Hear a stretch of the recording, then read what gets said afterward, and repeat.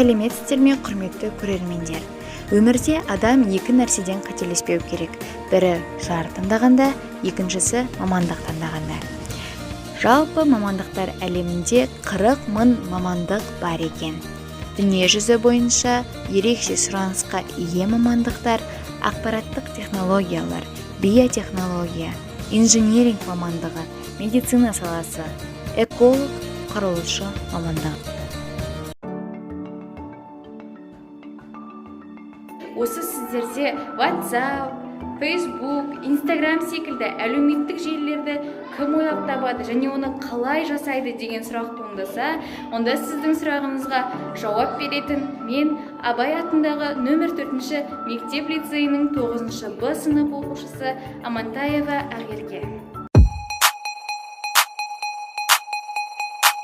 2030 жылға қарай көптеген мамандықтар қалыптасады, әрі барлығы технологиямен тығыз байланыста болады.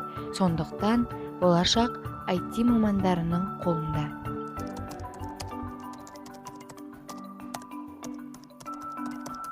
Ақпараттық технологиялар саласы кең ауқымды сала болғандықтан, біз бүгін бірнеше мамандықтар түрін қарастырамыз. Бағдарламашы дегеніміз сіздің күнделікті қолданып жүрген Instagram, WhatsApp, Facebook сияқты әлеуметтік желілердің арнайы математикалық модельдеудің көмегімен компьютерлік бағдарламаларды және алгоритмдерді құрастыратын маман. Ал веб-әрлеуші дегеніміз бұл ақпараттық дизайн, яғни сіздің күнделікті көріп жүрген әлеуметтік желілердің түр-түсін, пішінін өңдейтін саланы веб-әрлеуші мамандығы деп атаймыз. Ал жүйе әкімшілері дегеніміз бағдарламашылардың, веб-әрлеушілердің жұмысын қадағалайтын салалардың бірі. Олай болса, сізде мынадай сұрақ туындауы мүмкін. Қазақстан Республикасы бойынша IT мамандарын оқытатын жоғарғы оқу орындары.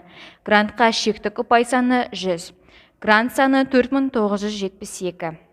IT мамандарының артықшылығын айта кетсек, әрине 21 ғасыр технологиялардың заманы болғандықтан, сұраныс жоғары болса, жалақы да жоғары болады.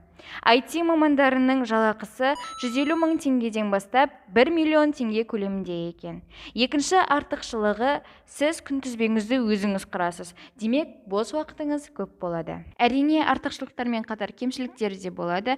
Бағдарлама ұзақ отырып жасалатын жұмыс болғандықтан, сіз сколиоз ауруына немесе көзіңіздің көруі нашарлауы мүмкін. Қазақстандағы танымал жеке кәсіпкер IT маман Әлібек Болатов бүгін байланыста.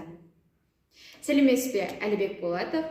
Алдында IT маманы жайлы толық ақпарат бергендіктен сізге қояр сұрағым, өз тәжірибеңізден болашақ IT мамандарға берер кеңесіңіз. Көптеген ақпарат бар. Барлығы бар. 10 жаңа